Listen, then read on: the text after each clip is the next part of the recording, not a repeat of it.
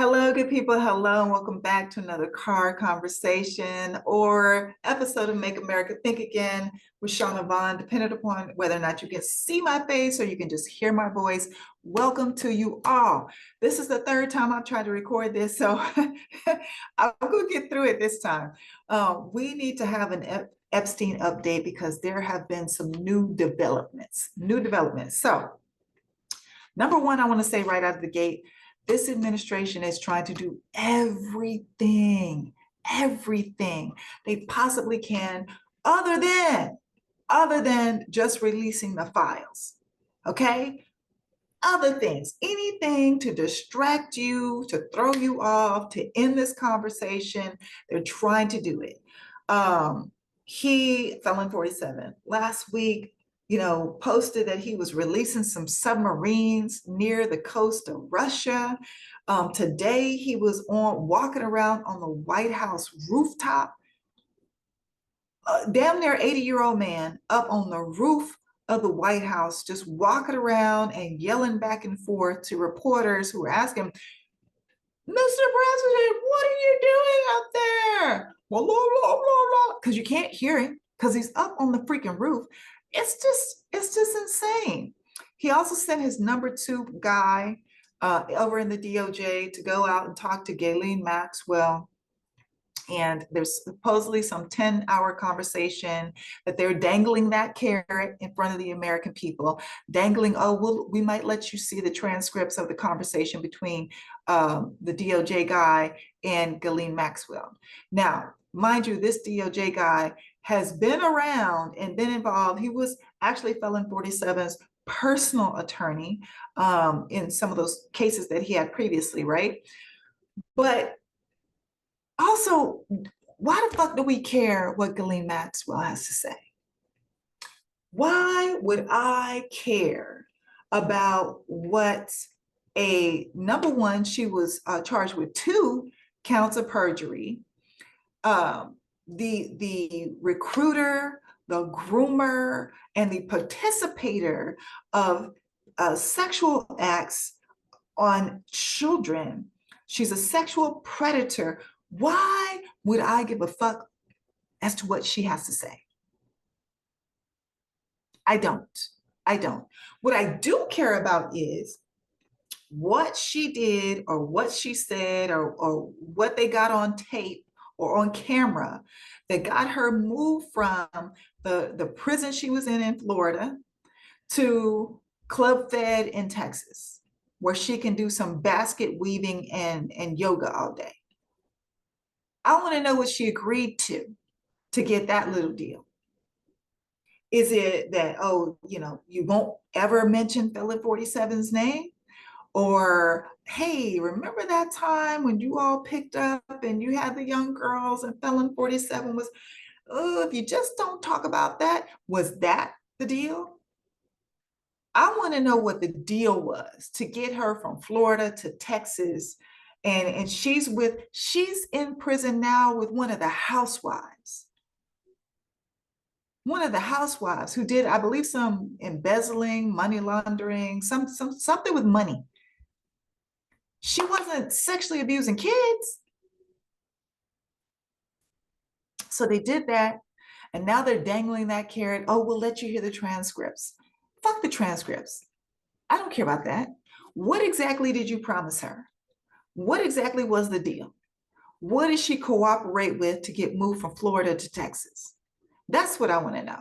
That's what I want to know. Today, the Oversight Committee, they got the subpoena approval.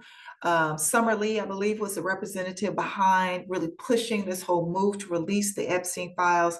And part of what they had to agree to with the Republicans on that committee was, okay, if we pursue these release of these files, then you got to agree to a subpoena for all these people.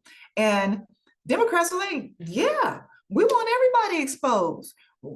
Give us the names. Let's talk about it. So here are just a few.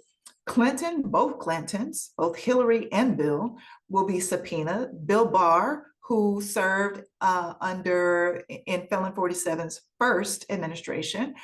Jeff Sessions, again, he came before Bill Barr in Felon 47's first administration, Eric Holder in Obama's administration, Merrick Garland from Biden's administration. So I don't know if this is some sort of hit job to make it look like something covert was, happening, or straight up they might have some information that these people were somehow involved, either involved directly or involved in a cover-up.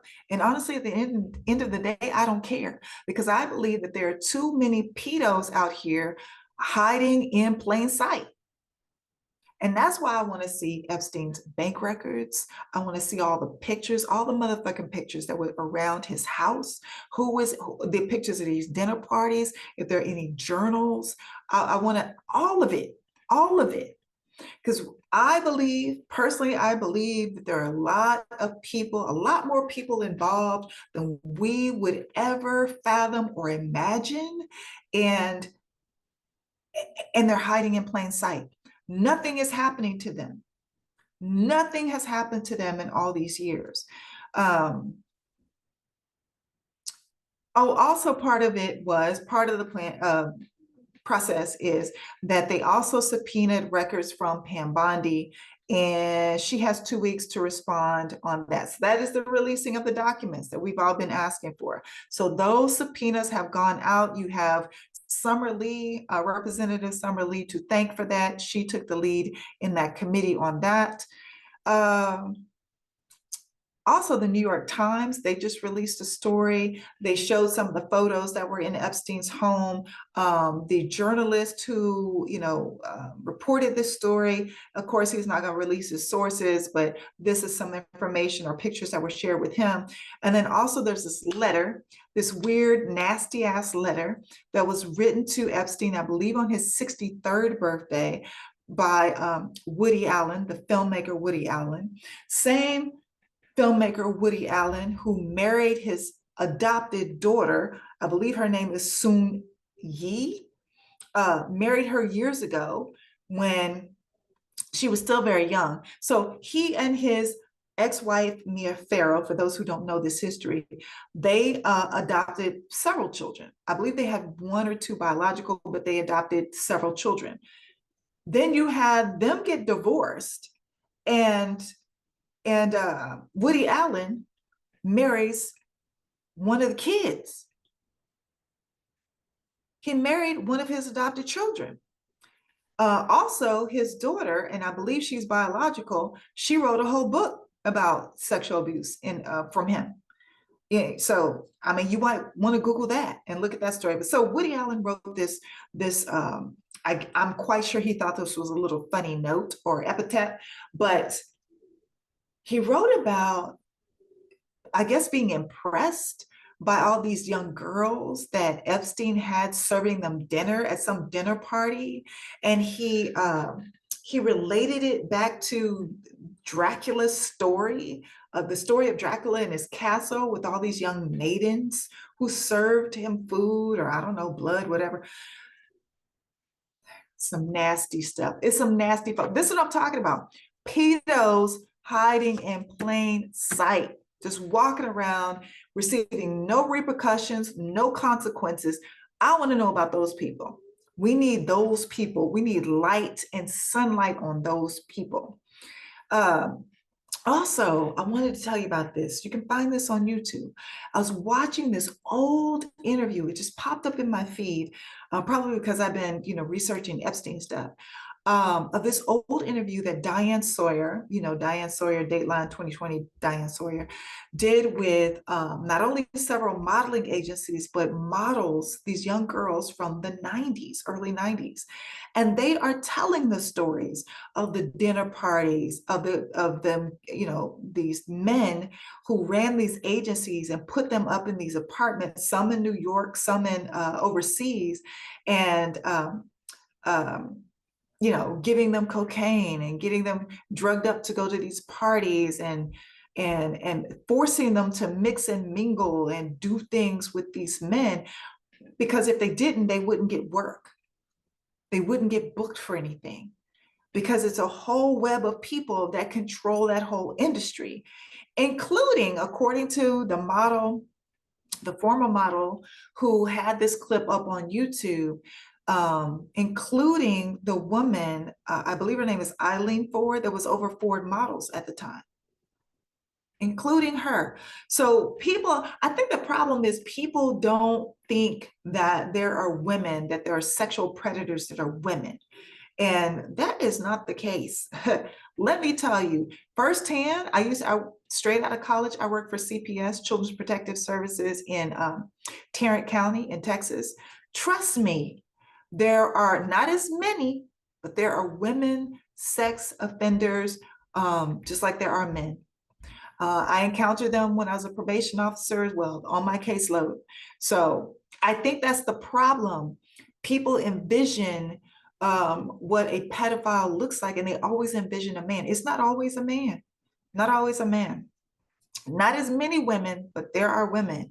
So if you can find this on YouTube, I highly encourage you to watch what these young ladies were saying.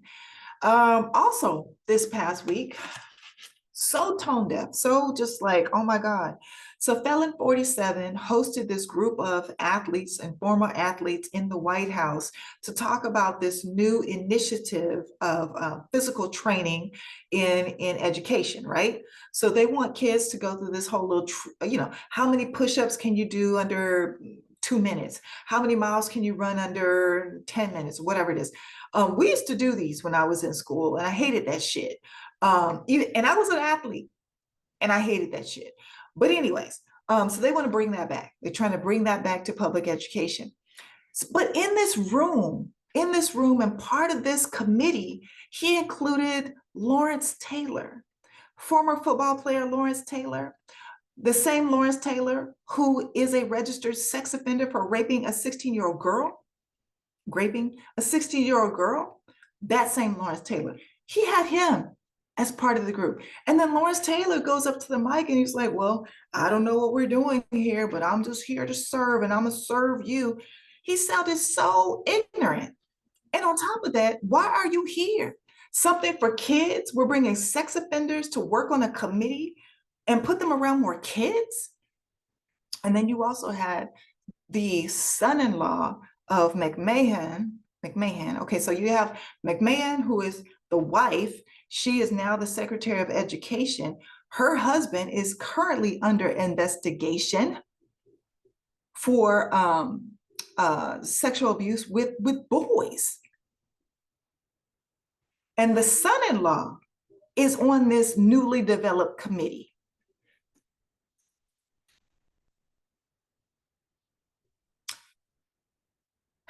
That happened in the White House. I think that was Friday. So, all right, so a Felon 47 also has already gone taco. Remember how I told y'all? He was not going to go through that Wall Street Journal case. He was not going to go through with that case. He's already tacoed. He's already chickened out. He has already said that, you know what, we're going to sit back and wait for the outcome, the decision from the judge, because the Wall Street Journal has filed for a sentence to dismiss the case. Okay, so what Felon 47 now has said is that, oh, we'll wait until the judge makes their decision on dismissing the case. The Wall Street Journal, what they have filed, we'll wait on that. And the reason why he wants to wait on it is exactly what I told you. He is not going to want to go through, he's not going to want discovery to come out, and he's not going to want to sit for a deposition. If he actually showed up, all he would do is plead the fifth, and it would make him look guilty. So they're trying to avoid that by him backing out of it all together and say, oh, well, we'll just wait to see what the judge decides on what the Wall Street Journal filed. And here, the last couple of things, he's also talked about how he's going to federalize Washington, D.C. This is today. This is literally before I started recording this. So he's going to federalize, or he's thinking about federalizing Washington, D.C. because there's too much crime here. There's so much crime going on. And let me tell you this. I ran across a video. This was somebody who was visiting DC probably 2 weeks ago or so. And she was talking about in her video, like there's a fortress. It looks like there's a fortress built around the White House now. Like you can't get that one fence that you could get all the way up to get good pictures, actually. You can't get that close anymore. Like you can't even get across the street. Like there's a fence, and there's more guard posts, and then there's a street, and then there's more uh, partitions and barriers. So you're literally way across the street and still behind guardrails and barriers to the White House. And so I don't know, y'all, but some weird shit is going on. He was walking on the roof this morning. He was literally walking on the roof of the White House this morning. They're sitting in this fortress now. And today he's throwing out, so I don't know, I'm quite sure this is another distraction, but he was talking about federalizing Washington, D.C. And then the last thing he said before I hopped on was that he was going to send or considering sending the FBI out to bring back the Democrats from Texas who are avoiding quorum in Texas, because Texas, they're trying to gerrymander Texas. Watch the other video. I already did another video about that. Now he's talking about sending the FBI after them. This is a state issue, sir. This is a state issue. And for how many years have we listened and sat to and been badgered by Republicans talking about we want small governments, small governments. It should be on the state, local level, state, local level. But now you're going to send the FBI after Texas state legislators?